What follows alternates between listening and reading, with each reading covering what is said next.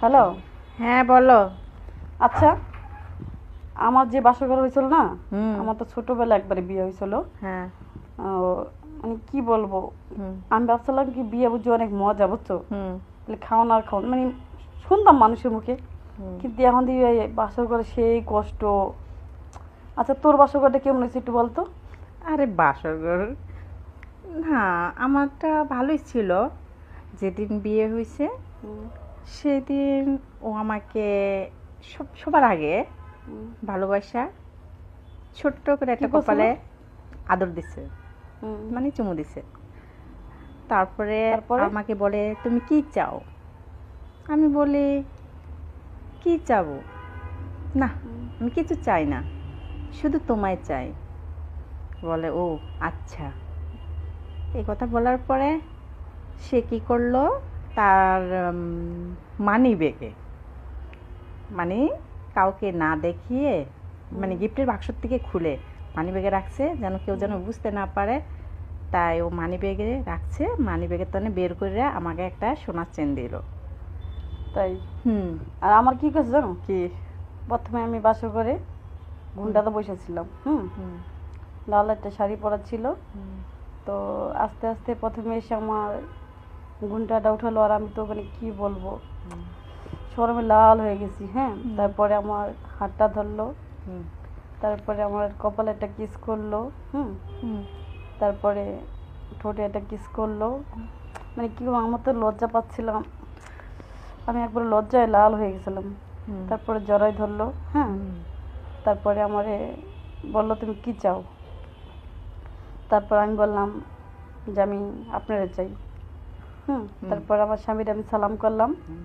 তারপর আমার স্বামী আমারে একটা স্বর্ণের আংটি আংটি দিল। হ্যাঁ, হুম। তারপরে ওদিন রাতে সারা রাত আমরা ঘুমাইনি, সারা রাত দুজনে রোমান্স করছি। তারপরে সকালে আমার যে শাশুড়ি আম্মা হুম। বলতেছে মানে উড়ান আর কি না, উড়ান আছে না, হুম। উঠান ঝাড়ু দেওয়ার জন্য। আমি তো কি বলবো, এই যে সারা রাত যে আমার হাজবেন্ডের সাথে রোমান্স করছি, আমি তো মানে চোখ মিলিয়ে তাকাইতে পারি না। হুম। হ্যাঁ, হুম। মানে উড়ান ঝাড়ু দেবে কি, আমি পাকে পাকে পড়ে যেতেছি।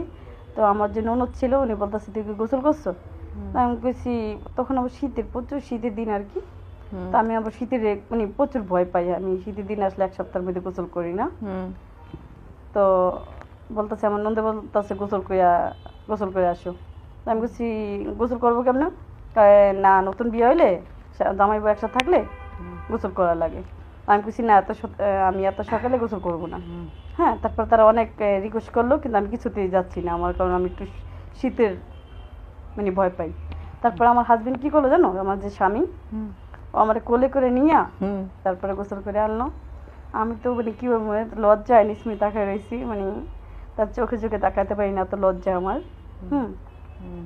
তারপরে মানে কি বলবো, আমার হাজবেন্ড 6 মাসের ভিতরে রুম থেকে বের হয় নাই। হ্যাঁ, ও মাই গড, হ্যাঁ, তাই? 6 মাস মানে সবসময় কিন্তু আমার আদর করতো, আর আমার বুকের উপরেই থাকতো। হ্যাঁ, আল্লাহ। পরে আমার শাশুড়ি একদিন কি বলছে জানো, হুম। আমার শাশুড়ি বলতেছে, আমার হাজবেন্ডের নাম হচ্ছে ফজলু। হ্যাঁ, হুম। তো বলতেছে ফজলু দেখ, প্রতিদিন কিন্তু ডাল আলু ভর্তা মজা লাগে না। তখন আমার যে স্বামীর জিজ্ঞাসা করলাম যে দেখো আম্মা এই কথা বললো কেন, আমরা তো মাছ গোছ দাওয়াত খাইতেছি। হ্যাঁ, আমরা তো ডাল আলু ভর্তা খাই না। পরে যে আমার যে বড় ননদ ছিল না, হুম। ননদকে জিজ্ঞাসা করলাম আপু যে আম্মা এই কথা জিজ্ঞাসা করলো কেন, যে আমরা ডাল আলু ভর্তা প্রতিদিন মজা লাগে না। হুম। তখন আমার ননদ আর কি বলে, তোর কি সব কথা ভাঙ্গে করা লাগে, যে প্রতিদিনই তোরা রাইতে একটা আকাম করো একটা কিছু করো। হ্যাঁ, হুম। প্রতিদিন করলে কি ভালো লাগে, এলিকে মায়ে বুঝাইছে ডাল আলু ভর্তা দিয়া, তো না তাতে বুঝো না। হুম। মানে আমি এত লজ্জা পাইছিলাম কি বলবো, আমি একবারে মানে শরমে একবারে লাল হয়ে গেছিলাম। আর আমার কি হয়েছে জানো? হ্যাঁ, কি হয়েছে? আমি, আমাদের যেদিনকার বাসরঘর, সেদিনে কিন্তু আমরা বাসরঘর করি নাই। হুম, সেদিন আমাদের এমনি রাত্রে অনেক দেরি করে বাসরঘরে দেওয়া হয়েছে। হুম, তারপরে বাসরঘরে যখন দিল তখন দুজন মুরব্বি বলছে তোমরা দুজনে 2 রাকাত নফল নামাজ পড়তে হবে। হুম, তখন আমরা দুজনেই নামাজ পড়লাম। নামাজ পড়ার পরে তারপরে আমাদেরকে পান দিচ্ছে দুইটা। পান দিচ্ছে দুইটা, মানে ও খাবে একটা, তারপরে? আমি খাবো একটা।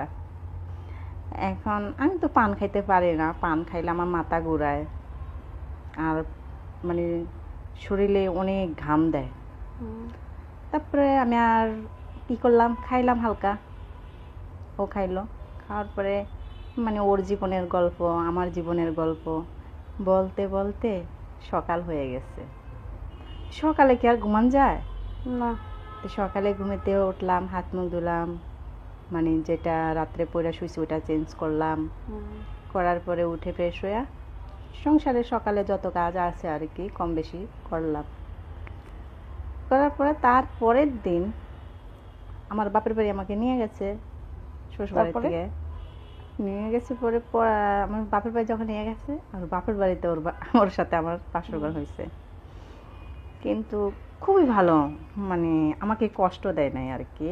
তাই? আমি আর জানো আমার মানে স্বামীর সাথে এতটা মিল, আমার যে হাজবেন্ডের ব্রাশ আছে না দাঁত মাজার, আমরা দুইজনে একই ব্রাশ দিয়ে আমরা দাঁত মাজি।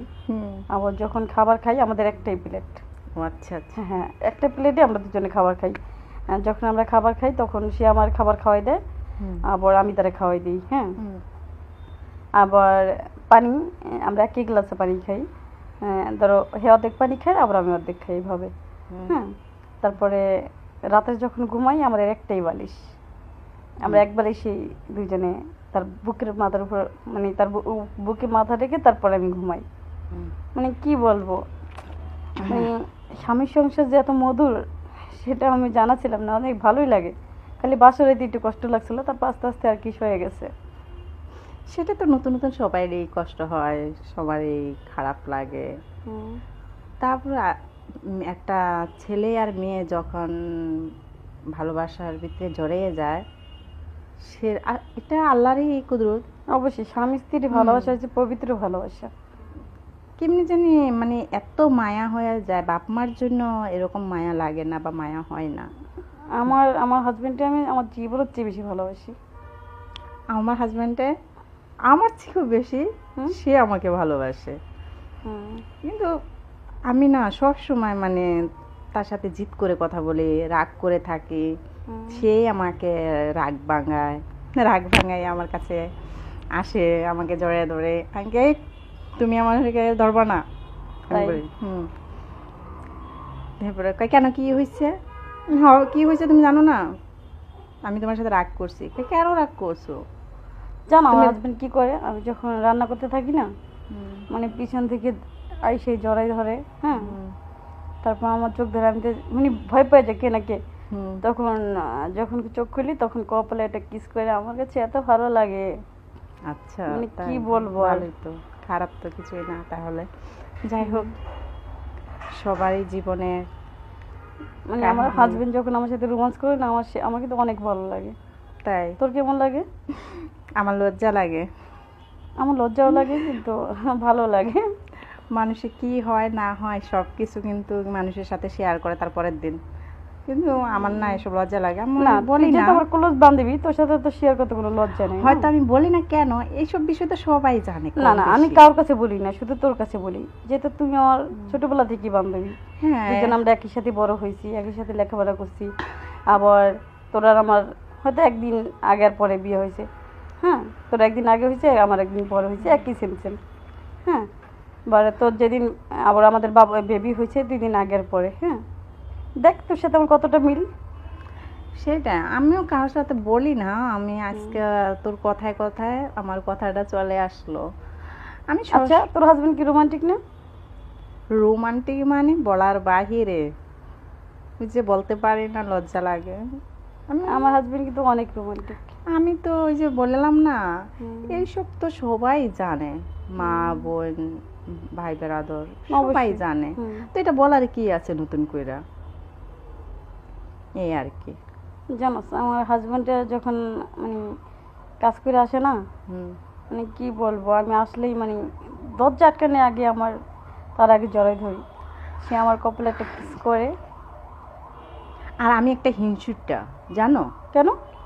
হিংসুটটা এই কারণে, মানে আমার সামনে মানে সে কোনো মেয়ে মানুষের সাথে হাসতে পারবে না, কথা বলতে পারবে না। সেটা তো আমিও এরকম। তখন আমার না- হাজবেন্ডের যদি আমি দেখি না যে কোনো একটা মেয়ের সাথে কথা বলতেছে, হ্যাঁ, হুম। হাসতেছে, আমার যে এত জি ধরে, মানে কি বলবো, আমার অনেক খারাপ লাগে। কারণ আমি সব কিছুর ভাগ দিতে পারবো, বাট আমার স্বামীর ভাগ আমি কাউরে দিতে পারবো না। আমারও না খুব কষ্ট লাগে যখন অন্য মানুষের সাথে কথা বলা হয় না, তখন চিন্তা করলাম কে রে? আমি থাকা অবস্থায় আবার অন্য মেয়ের সাথে কিসের কথা? হুম। তখন আমি আরো রেগে মানে ফুলে থাকি। আমার কি বলবো, আমার হাজবেন্ডে যখন আমার রাত্রে আমরা শুইতে যাই না, হুম, মানে কি বলবো, আর বুকে যখন আমি শুই, হুম। মানে আমার অনেক অনেক সুন্দর সুন্দর কবিতা শোনায়, আমার কাছে অনেক ভালো লাগে। আমার মনে হয় যে দুনিয়ার সব সুখ বুঝি আমার হাজবেন্ডের বুকে, মানে অনেকটা ভালো লাগে।